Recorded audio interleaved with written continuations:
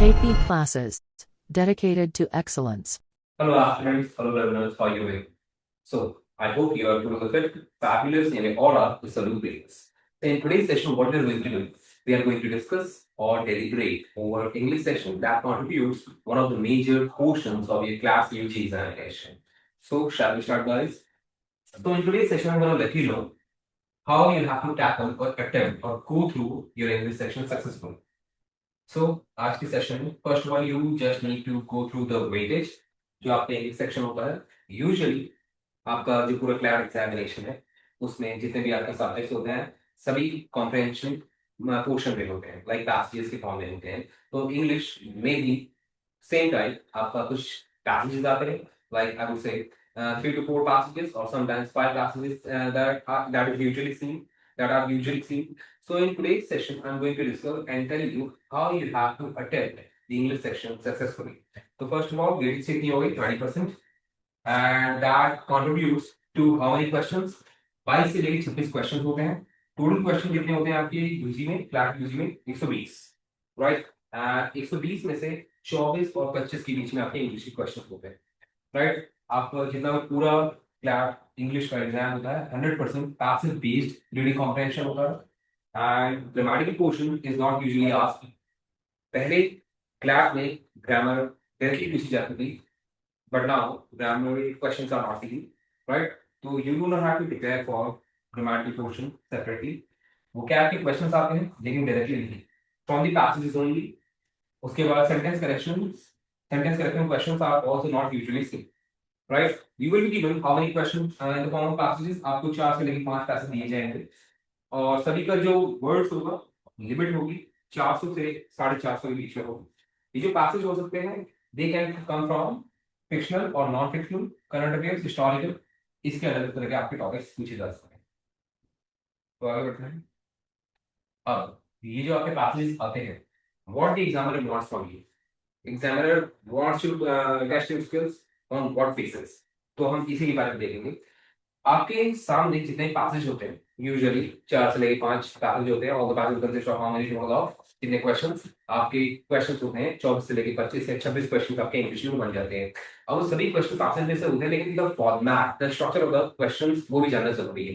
First of all आपको ये ध्यान रखना है कि आपके जो पैसेज होते हैं ऑथर ने ऐसे क्रिएट नहीं कर दिए होते हैं. There are some building blocks of the argument. There are some building blocks I mean components of the passage. जो आपका पर्टिकुलर पैसेज होता है कुछ कंपोनेंट्स में डिवाइडेड होता है. फर्स्ट ऑफ ऑल आपको इन द बिगिनिंग वो जानने की जरूरत नहीं है. कोई भी रैंडम पैसेज नहीं होगा जो कोई भी पैसेज जो आपका किसी ऑथर ने रैंडम बना दिया you have to you will be given questions from that passage. ऐसा नहीं होता है. All the passages are segregated in some of the formats. तो उसी फॉर्मेट्स को first of all you have to identify in order to prepare for और in order to build your basic concepts of English, right. First of all, you have to do what while reading the passage, read or understand the main ideas. Whenever you have to go through the passage, while reading, you have to do what you have to understand the basic format, right? First of all, you must know कि आपको जो passage होता है कुछ sections पे divided होता है. First of all, you will be given introduction, like introduction para, and then you have a body paragraph, and finally you have the para that consists of conclusion part.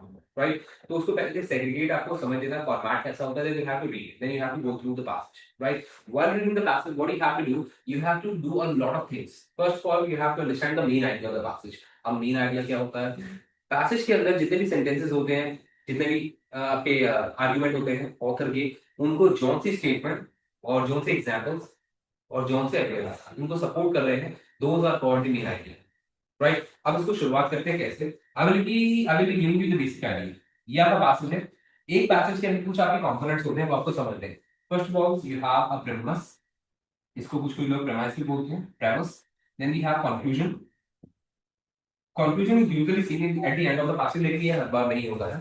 Then we have what, then we have background information. Background information सबके बारे में भी थोड़ा मैं slightly आपको overview दूंगा. Then we have what, assumption. Then we have counter argument. ये कुछ आपके कंपोनेंट्स होते हैं पैसेजेस के. व्हाइल रीडिंग द पैसेज यही आपको सारे एनालाइज करने होते हैं बिकॉज़ इसमें से आपके साथ यूजुअली क्वेश्चंस पढ़ते हैं. अब first of all we have premise. Premise आपका क्या होता है. Premise is usually an elements और information in fact of opinion और आपका कोई पर्टिकुलर आपका इंफॉर्मेशन होगी. प्रेमाइस का काम होता है इनिशियल कंक्लूजन को सपोर्ट करना. कंक्लूजन वही होता है जिससे आपका मेन आइडिया बनता है. कंक्लूजन आपका क्या होता है, जो ऑथर का रियल क्लेम होता है in the passage, authors claim, real claim, जो ऑथर फाइनली आपको कंक्लूड करना चाहता है, राइट। तो प्रेमिस जो होता है वो हमेशा ऑथर के क्लेम को सपोर्ट करता है। सो व्हेनेवर यू हैव और whenever you are able to understand the conclusion of the passage, you have to identify that statement or those statements in the passage that are supporting the conclusion, right? The supporting the main idea or supporting the main author's main claim in the passage. Then we have background information. Background information से ज्यादा सवाल नहीं करते हैं, ये usually in the beginning of the passage होता है in the form of facts, because it is giving the context to the passage. Like एक पैसेज को स्टार्ट करने के लिए कुछ ना कुछ होना चाहिए, कोई स्टेटमेंट होनी, कोई इंट्रोडक्शन होना चाहिए। तो वो जो सिचुएशन है, कंडीशन है, वो जो कॉन्टेक्स्ट है, वो बैकग्राउंड इन्फॉर्मेशन का काम होता है देना। तो ये यूजुअली आपके पैसेज को बिगिन करता है, तो इंट्रोडक्शन की फॉर्म में इसको आप बोल सकते हो।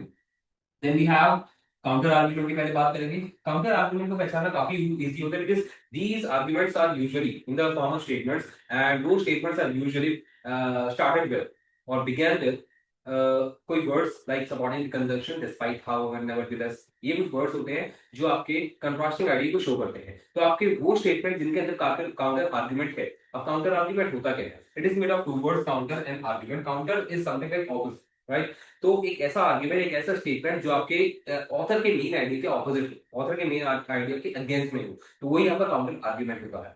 Like, and these are counter arguments are usually started with the statements having despite, in spite, instead, rather, ये कुछ ऐसे वर्ड्स होते हैं जो हमेशा कंट्रास्टिंग आइडिया को इंडिकेट करवाते हैं। तो यही वर्ड से स्टार्ट होता है आपका काउंटर आर्ग्यूमेंट का स्टेटमेंट। तो इनको रिकॉग्नाइज करना काफी इजी होता है, राइट। तो counter argument got to know, then we have what, assumption. Assumption क्या होता है? अगर पैसेज में ऑथर को आपको सजेस्ट कर रहा है, तो उसने कुछ पहले अज्यूम किया होगा, राइट। उसने पहले कुछ सोचा होगा, कुछ सपोज किया होगा, तो वो जो अजम्पशन होती है वही ऑथर का अजम्पशन होता है इन द पैसेज। अजम्पशन कभी भी आपको डायरेक्टली गिवन नहीं मिलेगा इन the passage, it is not directly stated in the passage, but ये कहीं ना कहीं अज्यूम किया है ऑथर ने, and that is why the author has created the paragraph और पैसेज। तो अजम्पशन को आपको अंडरस्टैंड करना होगा, बिकॉज कभी कभार अजम्पशन से क्वेश्चन बनते हैं, like which of the following options strengthen the argument or weaken the argument. So assumption is like unstated statement given in the passage, which you have to recognize in order to answer the question given after the paragraph, right? तो ये कुछ आपके building blocks होते हैं passage का। अब जो passage का फॉर्मेट होता है इनसे बनता है। पैसेज कोई भी आपको रैंडम नहीं देता है, पैसेज जो होता है इन्हीं बिल्डिंग ब्लॉक्स के ऊपर बेसिस होता है। First of all you have to understand the argument. तो ये जो मेन आइडिया की मैं बात कर रहा हूँ, जो मेन आइडिया होता है, इससे काफी क्वेश्चन बनते हैं। मेन आइडिया मतलब जो भी आपका जिस्ट है, लाइक जो भी आपके कुछ पैसेज के अंदर पॉजिटिव और नेगेटिव एस्पेक्ट्स दिए गए हैं, उनको कंक्लूड करके जो आइडिया बनता है वो आपका मेन आइडिया है, राइट। उसके बाद इसके जो क्वेश्चन के फॉर्मेट होते हैं वो जैसे होते हैं, central idea, what is the central idea of the passage, what is the primary purpose of the passage. तो इसके कुछ कॉमन क्वेश्चंस होते हैं, फॉर्मेट होता है, वो आपको यूजुअली आपके पैसेज में देखने को मिलते हैं। Then we have draw inferences. अब इन्फ्रेंस क्या होता है? इन्फ्रेंस आपका एक तरह का कंक्लूजन ही होता है, लेकिन कंक्लूजन क्या होता है? Conclusion is directly given in the passage bye the author itself, है ना। तो ऑथर ने क्या किया है, पूरे पैसेज का नेगेटिव और पॉजिटिव व्यू या एस्पेक्ट और ओपिनियन अपना शेयर कर दिया है। Eight the end of the day इसने क्या किया है, ऑथर ने अपने कंक्लूजन डाल दिया है पैसेज के अंदर at the last paragraph, like it is given in the passage. You have to identify just go while going through the passage. But inference आपका is not something that is given directly given in the passage. You have to deduce it from the passage. For example, आपका suppose करिए you have been given a data, country A के बारे में बात करेंगे, country B के बारे में बात करेंगे, एंड कंट्री सी के बारे में बात करेंगे। About country A what we have been given, income दे रखी है, एजुकेशन दे रखी। कंट्री ए की जो इनकम है वो हाई है, एजुकेशन हाई है। कंट्री बी के बारे में what we got to know कि भाई आपका कंट्री जो बी है उसकी इनकम कम है और एजुकेशन क्या है वो भी कम है। सो इससे आप क्या करोगे, the data you have been given, इससे आप क्या इन्फर करोगे, क्या डिड्यूस करोगे, right. I hope you got to know the meaning of deduce, deduction करना है वर्ड। तो इस पे आपको क्या करना है, आपको कंक्लूड करना है। यू विल बी कंक्लूडिंग कि आपका जो इनकम होता है वो डायरेक्टली प्रोपोर्शनल होता है एजुकेशन पे। मतलब अगर इनकम बढ़ेगा तो एजुकेशन बढ़ेगा, इनकम घटेगा तो एजुकेशन बढ़ेगा, ये है inference, right. But if you I think if I add one more data here, तो सपोज करो कंट्री सी अब ऐड हो गई है। कंट्री सी के अंदर क्या है, उसकी इनकम कम है लेकिन एजुकेशन क्या है, ज्यादा है, हाई है। So now what we conclude, what we infer from the data given in the passage, you will be inferring what कि भाई आपका जो इनकम होती है वो एजुकेशन के इक्वल नहीं है, यानी कि इनकम बढ़ेगी जो जरूरी नहीं है एजुकेशन बढ़े या घटेगी, राइट। तो ये आपका क्या है, इन्फ्रेंस है। इन्फ्रेंस के क्वेश्चन जरूर करते हैं in the common format what can be inferred from the past. ये कॉमन क्वेश्चन का फॉर्मेट होता है जो आपका इन्फ्रेंस बनाया जाता है। तो आपके जो क्वेश्चन होते हैं बेसिकली नीड आइडिया, वो मैंने आपको बताया क्या फॉर्मेट रहता है इन्फ्रेंस का, which I just need you understand lately. Then we have identified tone और ऑथर का व्यू। कभी बार टाइटल का भी सवाल आ जाता है। टाइटल मतलब क्या होता है कि भाई आपको पूरे पैसेज को एक स्टेटमेंट या कुछ वर्ड्स में ही क्या करना है, सब्स्टिट्यूट करना है। Like main idea, you have understood the passage, then you have to substitute that main idea in some or few words. तो वो आपको क्या हो गया, टाइटल हो गया। एंड टाइटल से यूजुअली क्वेश्चन पूछे जाते हैं। Then we have tone. Tone मतलब क्या होता है, ऑथर का बिहेवियर, ऑथर का एटीट्यूड क्या रहा है in writing that passage, in writing that paragraph, in giving that idea to the reader. तो टोन के क्वेश्चन आते हैं, ऑथर के व्यू के आते हैं, वोकैबुलरी, ये तो कभी गिव अप आप कर ही नहीं सकते। You can not ignore vocabulary. कोई भी इंग्लिश का एग्जाम जिसके अंदर English is one of the major sections, उसके अंदर वोकैबुलरी ना पूछे ऐसा हो ही नहीं सकता, चाहे कोई भी एग्जाम ले लो। That is one of those English examination that usually ask vocabulary question the form of synonym और antonym. So you can never ignore it. So आपको क्या करना है, वोकैबुलरी रीड करनी, सिंपल सी बात है। अब वो क्या के तरीके अलग अलग, कुछ आपको मैं सारे कॉमन तरीके बताऊंगा। कुछ आपके प्रोपोनेंट्स ऑफ लर्निंग वोकैबुलरी बोलते हैं कि we should read newspaper, we should read the Hindu, we should read the any magazine, right? आप कोई भी adopt कर सकते हो which is fruitful or suitable to you, which seems appropriate to you. But I will be telling you all the ways and strategies which you can adopt in order to smoothening your preparation. ठीक है। अब vocabulary आपको पढ़नी होती है। Usually आपके काफी vocabulary questions आते हैं, कम से कम 3 4 5 तो पूछेंगे ही। यूजुअली आपका ये मान लो एक पैसेज है, एक पैसेज के अंदर आपका 2 वर्ड्स पूछ सकते हैं इन द फॉर्म ऑफ एंटोनिम और सिनोनिम, ठीक है। लेकिन जो वर्ड्स होते हैं वो पैसेज में से ही होते हैं, कभी भी अलग से आपका एग्जामिनर वो वर्ड्स के मतलब नहीं पूछता है। Then we have summarize, ये वही है conclusion। Comparing the arguments का मतलब क्या हो गया, which of the following options is strengthening or weakening the argument। ये कुछ आपके arguments होते हैं। arguments मतलब वो जो main ideas और जो अलग अलग आइडियाज होते हैं रिप्रेजेंट किए होते हैं ऑथर ने पैसेज के अंदर, वो आपके आर्गुमेंट होते हैं। अगर आपका आर्गुमेंट पैसेज को ही बोला जाता है तो ऑथर ने आपसे सवाल पूछा कि पैसेज के अंदर कोई ऐसा स्टेटमेंट है जो ऑथर के मेन आइडिया को या आर्गुमेंट को या कंक्लूजन को सपोर्ट कर रहा है, वीकन कर रहा है, कुछ ऐसे क्वेश्चन आते हैं एग्जाम में। आगे बढ़ेंगे। Sorry. Then we have what, preparation tips. ये बहुत ही कॉमन है। मैं आपको कुछ अपनी तरफ से हिंट भी दूंगा, अपनी तरफ से अपने खुद जो पर्सनल व्यूज हैं वो बताऊंगा। बाकी जो कॉमन है जनरलाइज व्यूज हैं वो आपको मैं बता देता हूँ। सबसे पहले बोला जाता है आपको रीड करना चाहिए, न्यूज़पेपर करना चाहिए, बिल्कुल करना चाहिए। Everybody should get adapted to reading newspapers. तो कुछ आपके कॉमन न्यूज़पेपर्स होते हैं आपके, द हिंदू हो गए, इंडियन एक्सप्रेस, एडिटोरियल्स हो गए, नॉवेल्स हो गई, मैगजीन्स हो गई। If you have an interest in reading novels वो पढ़ सकते हैं आप, और बहुत अच्छी बात है। I have seen many of the students who read novels, उनकी वोकैबुलरी काफी इंप्रूव हुई है इसी कारण। उसके बाद भी हैव व्हाट, बिल्ड स्पीड। अच्छा, इसके लिए मैं आपको बोलूंगा अब खुद से स्पीड को बिल्ड करने की जरूरत नहीं है। Like when you are totally focused on building your speed और स्पीडिफाइंग योर रीडिंग एबिलिटी, ठीक है वो अच्छी बात है। लेकिन कभी कभार क्या होता है, जो मेन आइडिया होता है, जो मेन कंक्लूजन होता है वो स्किप हो जाता है। कुछ कुछ वर्ड्स जो समझ में नहीं आते हैं in order to read so fast that you ignore most of the words, जिसकी वजह से आपको पूरा मीनिंग समझ में नहीं आता है सेंटेंस के पैराग्राफ का। तो मैं बोलूंगा instead of specifying your own reading, आपको क्या करना चाहिए, आपको रीड करना चाहिए, प्रैक्टिस ज्यादा करनी चाहिए। एक दिन क्या होगा, you will realise that you have automatically you have come to that stage that you do not need to be very fast, because आपकी स्पीड ऑलरेडी जो है इंप्रूव हो जाएगी अपने आप। तो ये मैं आपको बोलूंगा। तो इस पे आपको इतना फोकस नहीं करना है अपनी स्पीड को बिल्ड करने के लिए। whenever you keep on practicing you will realize yourself कि भाई आपकी स्पीड अपने आप ही गेन हो गई है। ठीक है। उसके बाद थर्डली बात करेंगे प्रैक्टिस अनसीन पैसेजेस। ये तो बहुत जरूरी है, लेकिन again I will be letting you know कि आपको इमीडिएटली, जैसे आज आपने प्रिपरेशन स्टार्ट करी है, आज ऐसा नहीं है कि आज आपने प्रिपरेशन स्टार्ट करी 2 3 पैसेज आप डेली करने लग जाइए, ऐसा मत करिएगा। Because many of the things like basic fundamentals or basic bonds of English you have to understand before going forward। तो हो सकता है कि आज हमने स्टार्ट करा अनसीन पैसेजेस तो आपको बहुत सारी चीजें पैसेज के अंदर समझ में आए, जिसकी वजह से यू गेट डिस्करेज्ड, ऐसा हो सकता है। तो first of all I think you should give some time in 1 or 2 months to your basic buildings, basic formats of English, fundamentals of English, so that आपकी जो बेसिक नीड्स है English को समझने के लिए एंड फंडामेंटल्स ऑफ इंग्लिश है वो strong हो जाए। Then you will directly move on with learning and reading more passages. ठीक है। तो आपको इन द बिगिनिंग इतने ज्यादा पैसेजेस प्रैक्टिस नहीं करनी चाहिए। First of all you have to strengthen your grammar, then vocabulary, because कभी कभार क्या होता है कि आपके पैसेज के अंदर दो कारण से you are not able to understand the passage fully.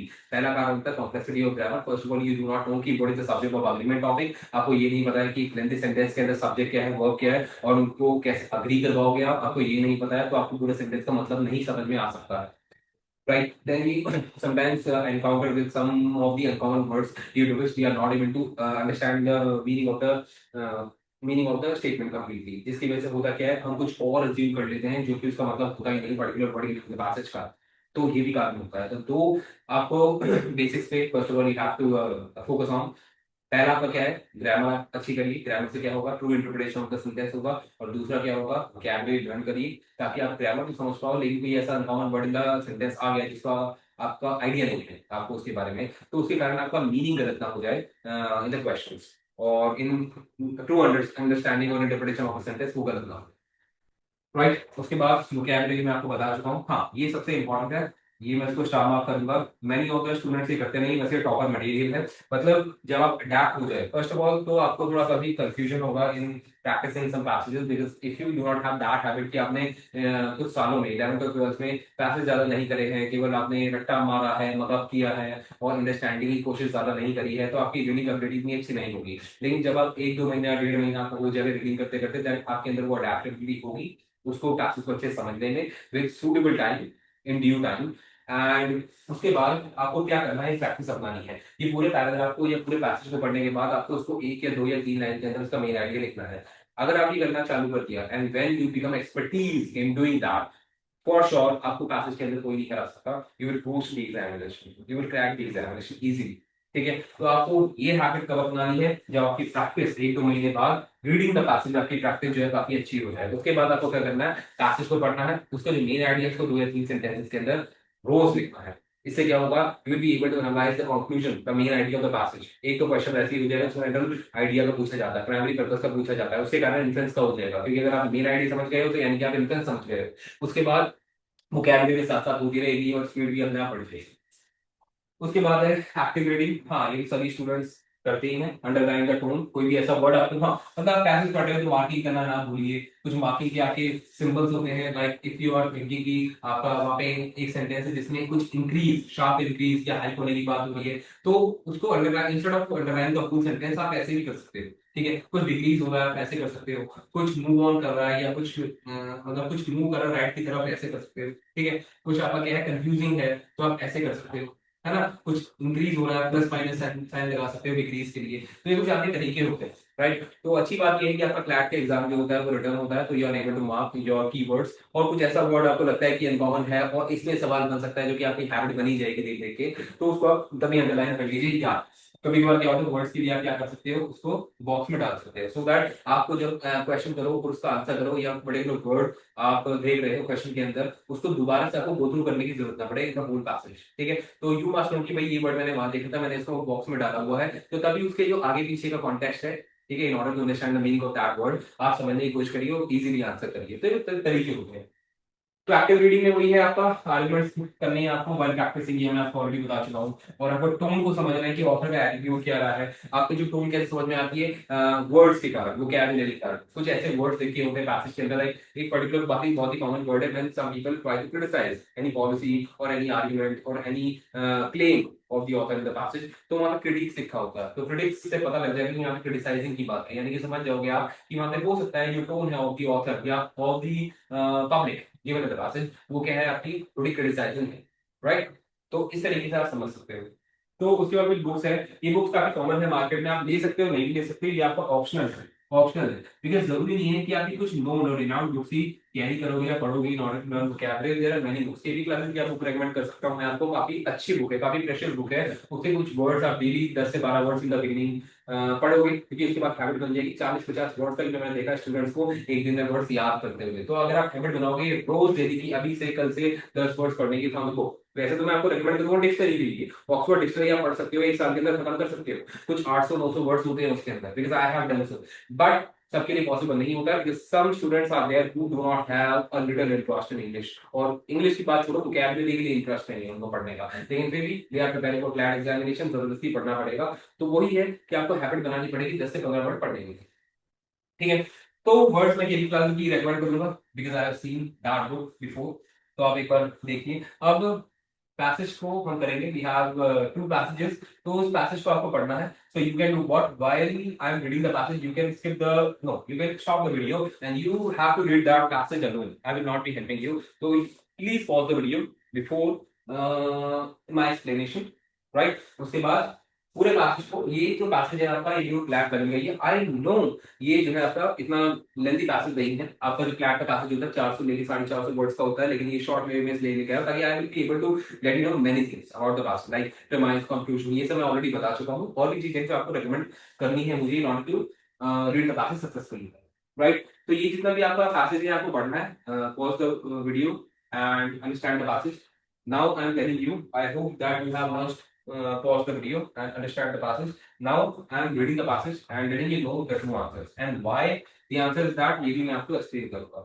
तो passage sample 1 है, ये किसके ऊपर है? Environment topic commonly clad। जो environment है इससे काफी सवाल करते हैं, मतलब passage के फॉर्म में ही clad में। तो अगर आपको देखते हैं आप रीड करते हैं न्यूज़पेपर वगैरह, आप देखते हैं कुछ environment की information है, तो some of the points are there which you can grasp, है ना। तो ऐसा होता है कि मतलब करंट अफेयर्स जब पैसेज आते हैं तो आपने कोई न्यूज़ पहले ही पढ़ी हुई है तो वो काफी हेल्पफुल रहता है। It will be very convenient to you in order to answer the question given in the passage, क्योंकि you will be familiar with that topic, है ना, काफी ज्यादा, ठीक है। तो पैसेज क्या कह रहा है, rapid pace of organisation has brought undeniable. इसके अंदर कुछ वर्ड्स है जो मैं आपसे पूछूंगा, right, before explaining to you each and everything. But it has also exacerbated environmental degradation. Cities, one centers of innovation, now grapple with pollution, deforestation for infrastructure, and strained resources. While governments promote smart cities, critics argue that true sustainability requires rethinking growth models, prioritizing green spaces, and reducing carbon footprints.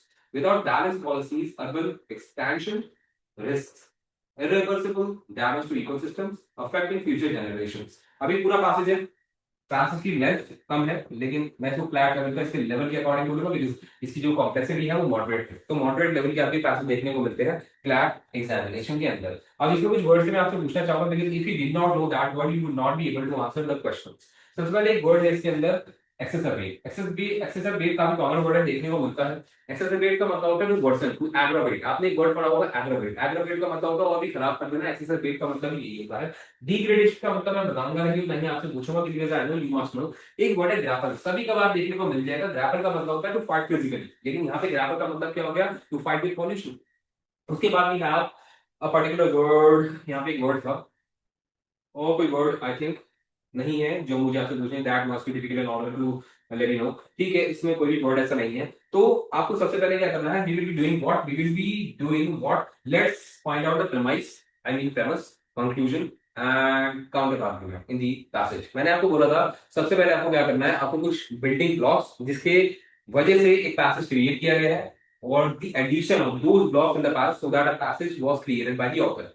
तो वही आपको identify करने हैं। जितना जल्दी आप conclusion, premise वगैरह पहचान लोगे, because they contribute to the core of the aspects of the passage, जब जितना जल्दी आप उनको पहचान लोगे उतना जल्दी will be able to answer, ठीक है। सबसे पहले मैं आपको बताता हूं इसके अंदर कंक्लूजन क्या है, क्योंकि अगर एक बार कंक्लूजन मिल गया तो you will be able to find out what the premise या प्रेमिस, ठीक है। प्रेमिस क्या करता है, आपका कंक्लूजन को सपोर्ट करता है। तो यहां से लेके यहां तक जो आपकी स्टेटमेंट है आपका कंक्लूजन है, क्योंकि पैसेज के अंदर दोनों व्यूज दिए हैं, लेकिन ऑथर ने कैसे कंक्लूड करा पैसेज को कि both of the views about the urban expansion are important, लेकिन आपका विदाउट बैलेंस पॉलिसीज, जब तक पॉलिसी बैलेंस नहीं रहेगी, अर्बन एक्सपेंशन रिस्क करेगा रिवर्सिबल डैमेज, एक ऐसा डैमेज जो कभी वापस नहीं हो सकता टू इकोसिस्टम, और इससे अट्रैक्ट होगा फ्यूचर जनरेशन। अब ये है आपका क्या कंक्लूजन।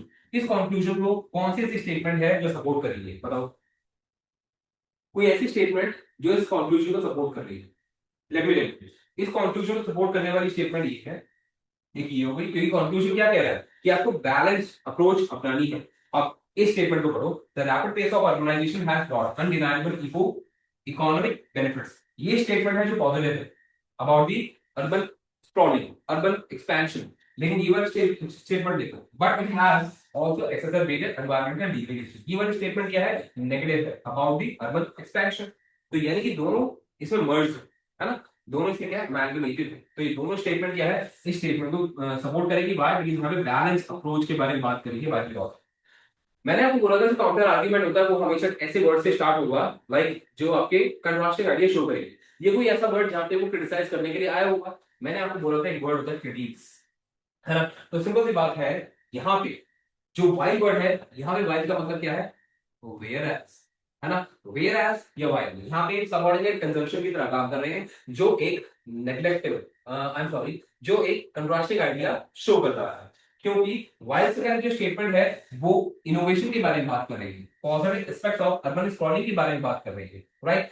लेकिन यहाँ तक आई मीन, लेकिन वाइल से देखो क्या है, कुछ ऐसे आर्गुमेंट्स हैं जो, एक सेकंड, हाँ, while government promotes smart cities, critiques, है ना। अब जो भी यहाँ के स्टेटमेंट है, जो भी यहाँ के आइडियाज हैं, वो अर्बन स्क्रॉलिंग के अगेंस्ट में।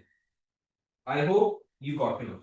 तो यहाँ पे आपको कैसे समझना है, whenever you try to read the passage you have to first of all understand the main idea। उसके लिए आपको कंक्लूजन में जाना पड़ेगा, और कंक्लूजन होता क्या है, जिसको काफी evidence in the passage support कर रहे हैं, जो कि आपके ऑथर का मेन क्लेम होता है। अगर कंक्लूजन आपको समझ में आ गया, उसके बाद you have to do what, you have to understand the premise या प्रेमस भी बोलते हैं उसको। तो प्रेमस क्या करता है, प्रेमस आपका सपोर्ट करता है कंक्लूजन को हमेशा हमेशा। And finally we have what, counter argument. Counter argument हमेशा ऑथर के क्लेम के अगेंस्ट में जाता है, राइट। नाउ अब क्या करेंगे हम, we will be answering the question. पहला क्वेश्चन है, आपको क्या कर लेना है, स्किप तो नहीं करोगे, आपको क्या करना है, पॉज करनी वीडियो को, आंसर करना है।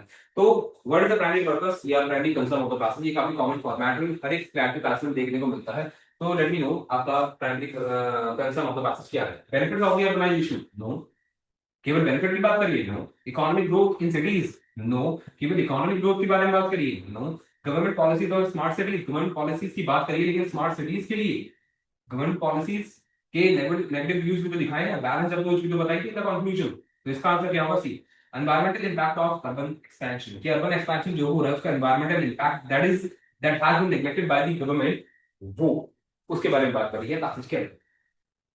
Then we have what, author's tone towards urbanisation. आपके कुछ यूजुअल वर्ड्स होते हैं जो टोन के फॉर्म में आ जाते हैं। अब टोन होता क्या है, टोन का वोकैबुलरी वर्ड होता है। जितनी अच्छी तुम्हारी वोकैबुलरी होगी उतना अच्छा आपका टोन होगा। बिकॉज़ यू मस्ट नो कि हो सकता है अगर आपका क्लैट में एग्जामिनेशन टफ आ गया, राइट, तो जो ऑथर है, ये एग्जामिनर है, वो आपके एग्जाम को, इस एग्जाम को अगर मैं बात करूं स्पेशली, कैसे टफ कर सकता है। पहला, ग्रामर की कॉम्प्लेक्सिटी बढ़ा के, राइट, कुछ ऐसे रूल्स ग्रामर के जो थोड़े अनकॉमन है टू द स्टूडेंट्स, वो यूज करें। दूसरा, वोकैबुलरी कॉम्प्लिकेशन बढ़ा के, वोकैबुलरी कॉम्प्लेक्सिटी बढ़ा के, है ना।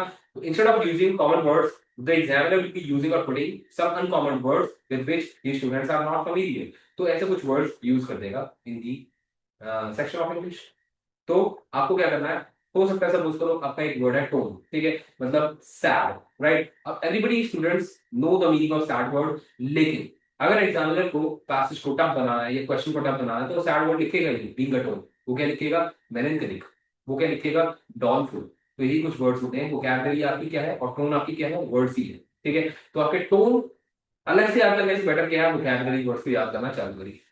तो यहाँ पे टोन क्या होगी, खुली सपोर्टिव, नो, उसने काउंटर आर्गुमेंट भी प्रेजेंट किए हैं पैसेज के अंदर, तो खुली सपोर्टिव तो नहीं है उसकी टोन। कंप्लीटली क्रिटिकल, नो, उसने कुछ अर्बन एक्सपेंशन के बेनिफिट्स भी बताए in the passage, you must have read, right, I am not going to repeat it. उसके बाद है इंडिफरेंट। इंडिफरेंट का मतलब क्या, अनकंसर्न। अगर अनकंसर्न होता तो पैसेज में लिखता ही क्यों, बैलेंस और उसी की जरूरत है, राइट। तो इसका आंसर क्या होगा, बैलेंस। व्हाई, पैसेज के अंदर काफी इजी है। प्रोज एंड कॉन्स मतलब अर्बन स्क्रॉलिंग की प्रोज यानी कि एडवांटेजेस एंड कॉन्स यानी कि डिसएडवांटेजेस दोनों मेंशन किए गए हैं by the author, by the examiner, ठीक है, right. Finally we have what, influence. वैसे तो इन्फ्लुएंस का क्वेश्चन ऐसे आता नहीं है कि मतलब आपसे इन्फ्लुएंस कर देंगे। इन्फ्लुएंस का क्वेश्चन यूजुअली देखा जाता है what can be inferred from the past, that is, ठीक है। तो अब पैसेज से आप क्या इन्फर करते हो, मैंने आपको क्या बोला था, इन्फ्लुएंस मतलब क्या होता है कि पैसेज के अंदर कोई डेटा दे रखा है, उससे आप क्या डिडक्शन करोगे, है ना। कुछ भी ऐसी स्टेटमेंट डायरेक्टली तो नहीं दी गई है पैसेज के अंदर, लेकिन आपसे क्या डिड्यूस करोगे, वो आपका होगा आपका इन्फ्लुएंस। अब यहाँ पे बताइए, अब यहाँ पे फ्रेज है irreversible damage to the environment, है ना, टू द इकोसिस्टम। इससे क्या समझ पाएंगे, बहुत ही इजी है। Problems can be easily faced, no, can never be. उसके बाद है temporary issues, no, temporary issues क्या परमानेंट हो सकते हैं, इरिवर्सिबल है। Economy, only economic loss, no, केवल इकोनॉमिक लॉस के बारे में बात करिए, नो।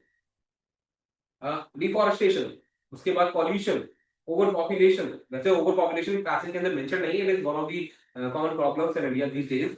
तो आपका ये केवल इकोनॉमिक लॉस के बारे में बात करिए, नो, एनवायरमेंट लॉस भी है, एनवायरमेंटल लॉस भी है। इसका आंसर क्या होगा? बी होगा, long term harm that can be under, जिसको रिप्लेस नहीं किया जा सकता। Then finally we have one more question. Vocabulary सवाल पूछा है, as I told you in the beginning कि वोकैब से सवाल पूछे जाते हैं, है ना। तो हर एक पैसेज एटलीस्ट एक वोकैबुलरी वर्ड जरूर कैरी करता है, तो you can never ignore vocabulary word. तो यहाँ पे एक्सेसरवेट, जैसे मैंने आपको बता ही दिया था एक्सेसरवेट का मतलब क्या है। तो यहाँ पे एक्सेसरवेट का मतलब क्या हो जाएगा? वर्सन, मतलब ये चीज को और भी खराब कर। तो एक पैसेज तक आपको इंडिकेट करने के लिए था कि आपको पैसेज में कैसे टैकल करना है। एक वर्ड इंपॉर्टेंट होता है पैसेज के अंदर। इसकी मैं अगर लेवल यानी कॉम्प्लेक्सिटी ऑफ ग्रामर की बात करूं तो मॉडरेट है। क्लास में ऐसी लेवल का आपको पैसेज आता है तो थोड़ा कम लेंथी है। पैसेज में 400 लेके 500 वर्ड के आई थिंक होगा, 100 से लेके 200 वर्ड्स, है ना, 150 वर्ड का पैसेज है। तो ये बस एक आपको आइडिया देने के लिए था कि आपको पैसेज को स्टार्ट करना है तो कैसे करना है। You do not just dive on to reading the passage, ठीक है। फर्स्ट ऑफ ऑल आपको अपनी ग्रामर को इंप्रूव करना है। अगर आप ग्रामर इंप्रूव नहीं करोगे तो many of the things are there in the passage that will not be understood by you. बहुत सारी चीजें हैं। तो फर्स्ट ऑफ ऑल ग्रामर को अच्छा करिए, जिसके अंदर आपको सब्जेक्ट ऑफ अग्रीमेंट क्वेश्चन जो टॉपिक है वो काफी इंपॉर्टेंट है।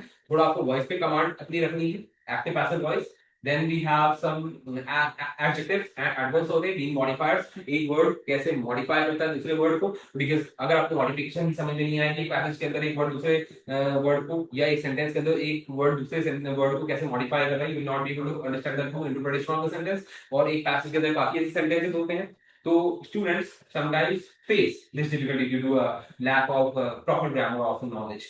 Then we have vocabulary part. Vocabulary के लिए आप कभी लो नहीं कर सकते हो एक पैसेज के अंदर। जरूरी नहीं है आपको पैसेज से ही सवाल आए वोकैबुलरी के, कभी कभार आपका यूजुअली आपके पैसेज के अंदर भी ऐसे वर्ड देखे जाते हैं जो पैसेज के अंदर मेंशन होते हैं और उस वर्ड के बारे में इतना एक्नॉलेजमेंट नहीं होती है, इसी वजह से वो पर्टिकुलर स्टेटमेंट जिसके अंदर वो वर्ड है समझ में नहीं आता। तो आपको फर्स्ट ऑफ ऑल क्या करना है, you have to start with grammar. First of all, strengthen your basics or fundamentals of English. Then start reading vocabulary. एकदम से स्टार्ट मत करना कि तुमने 100 वर्ड्स पढ़ने लगे भूल जाओगे। महंगा करने की कोशिश मत करना। आपको क्या करना है? यूज करना।